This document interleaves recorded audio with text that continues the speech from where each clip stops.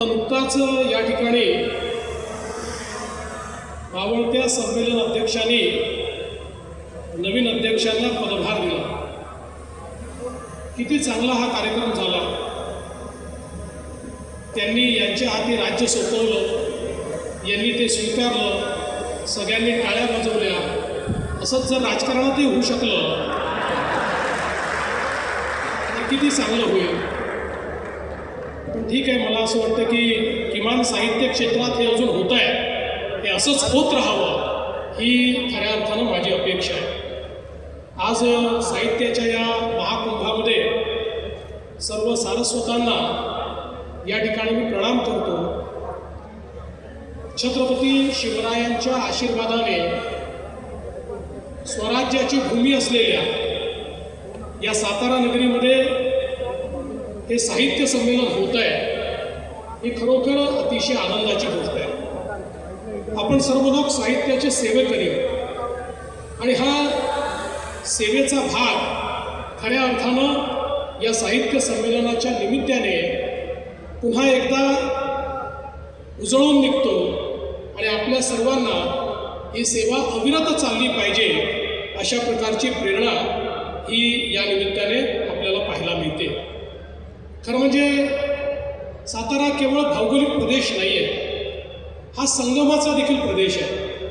हरिपूरला वारणा आणि कृष्णेचा संगम होतो आणि योगायोग काय बघा, वारणा काठचे विश्वास पाटील हे या साहित्य संमेलनाचे अध्यक्ष झाले आणि त्यांना अध्यक्षाचा भार हा कृष्णा काठच्या ताराबाई भवाळकरांनी दिला। हा देखील एक अनोखा संगम आपल्याला या साहित्य संमेलनाच्या निमित्ताने या ठिकाणी पाहायला मिळाला। खरं तर हा संगम हा एक प्रकारे परंपरेचा आणि आधुनिकतेचा संगम आहे, अनुभवांचा आणि विचारांचा संगम आहे, इतिहासाचा आणि वर्तमानाचा संगम आहे। आणि म्हणूनच मला असं वाटतं की खऱ्या अर्थानं अशा प्रकारचा संगम हीच आपल्या संस्कृतीची ओळख देखील आहे। अध्यात्म, तत्त्वज्ञान आणि सामाजिक जीवनात संगम हेच आपल्या संस्कृतीचं ब्रीदवाक्य राहिलेलं आहे। आणि म्हणूनच आपण जगातले जेवढे आक्रमणं झाली ती सगळी आक्रमणं पचवत त्या आक्रांत्याच्या संस्कृतीतलंही जे चांगलं आहे ते या ठिकाणी अनुसरून आपल्या संस्कृतीला अबाधित ठेवण्याचं काम केलं। म्हणजे ज्या प्रकारे कोयना कृष्णेत मिळते, वारणा कृष्णेत मिळते, यमुना गंगेत मिळते, अशा अनेक नद्या वेगवेगळ्या येतात आणि शेवटी एक नदीचं पात्र तयार होतं। तशाच प्रकारे विचारांची जी काही आपली संस्कृती आहे ती त्या एका नदीसारखी आहे की ज्याच्यामध्ये खूप विविध प्रकारचे विचार अनेक वेळा एकमेकाला परस्पर विरोधी अशा प्रकारचे विचार देखील हे व्यक्त होत असतात। पण या सगळ्या विचाराच्या मंथनातून एक नदीचा असा प्रवाह तयार होतो की जो संस्कृती म्हणून, साहित्य म्हणून आपल्या जाणीवा समृद्ध करतो, जो साहित्य आणि संस्कृती म्हणून आपल्या विचारांना प्रगल्भ करतो। आणि म्हणूनच मला असं वाटतं की ही जी परंपरा आपल्या मराठी साहित्याने, साहित्य संमेलनाने, मराठी भाषेने, मराठी भाषेतल्या सारस्वतांनी जपलेली आहे ती अत्यंत महत्त्वाची आहे, हे मात्र या ठिकाणी मला सांगितलं पाहिजे।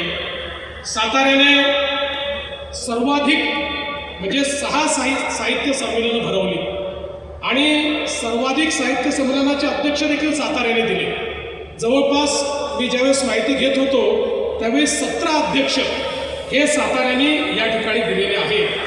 म्हणजे विक्रमी आहे आणि पराक्रमी आहे।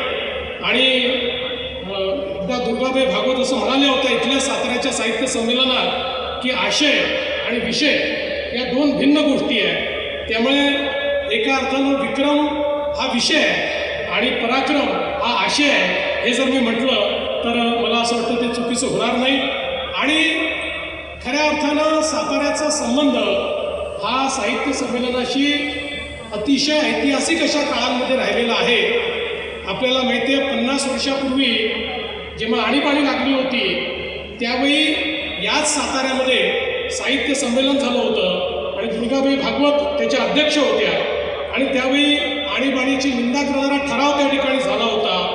आणि दुर्गाबाईंचं जे वाक्य होतं, साहित्याला नियमबद्ध करणे नुसते हास्यास्पद नाही तर धोकादायक देखील आहे.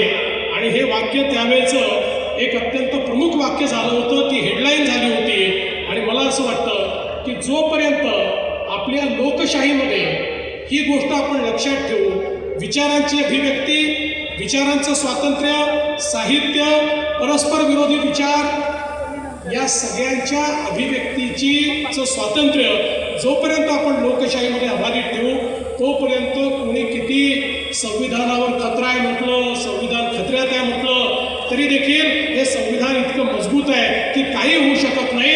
विचारांचं जे स्वातंत्र्य या संविधानाने दिलं आहे ते कोणीच कधी त्या ठिकाणी त्याची गळचेपी करू शकत नाही, ते अबाधितच राहणार आहे. हे देखील आपण सगळ्यांनी या ठिकाणी लक्षात ठेवलं पाहिजे.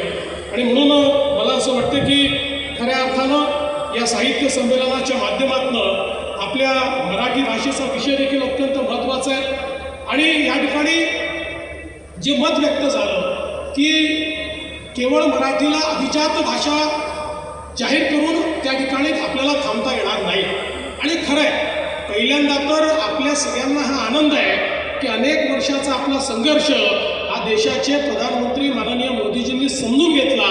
आणि मराठी भाषा जी अभिजात होतीच, परंतु त्याला अभिजात म्हणून राजमान्यता हवी होती, ती राजमान्यता देण्याचं काम हे आपल्या या देशामध्ये झालं. आता एक काम झालं आहे, आता दुसरं काम आपलं बाकी आहे.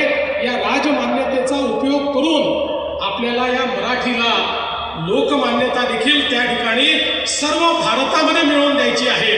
आणि त्या दृष्टीने मला अतिशय आनंद आहे की मागच्या काळामध्ये 2-4 महिन्यापूर्वी JNU सारख्या दिल्लीच्या प्रतिष्ठित विद्यापीठामध्ये मराठी अभ्यासन सुरू करण्याची संधी मला मिळाली.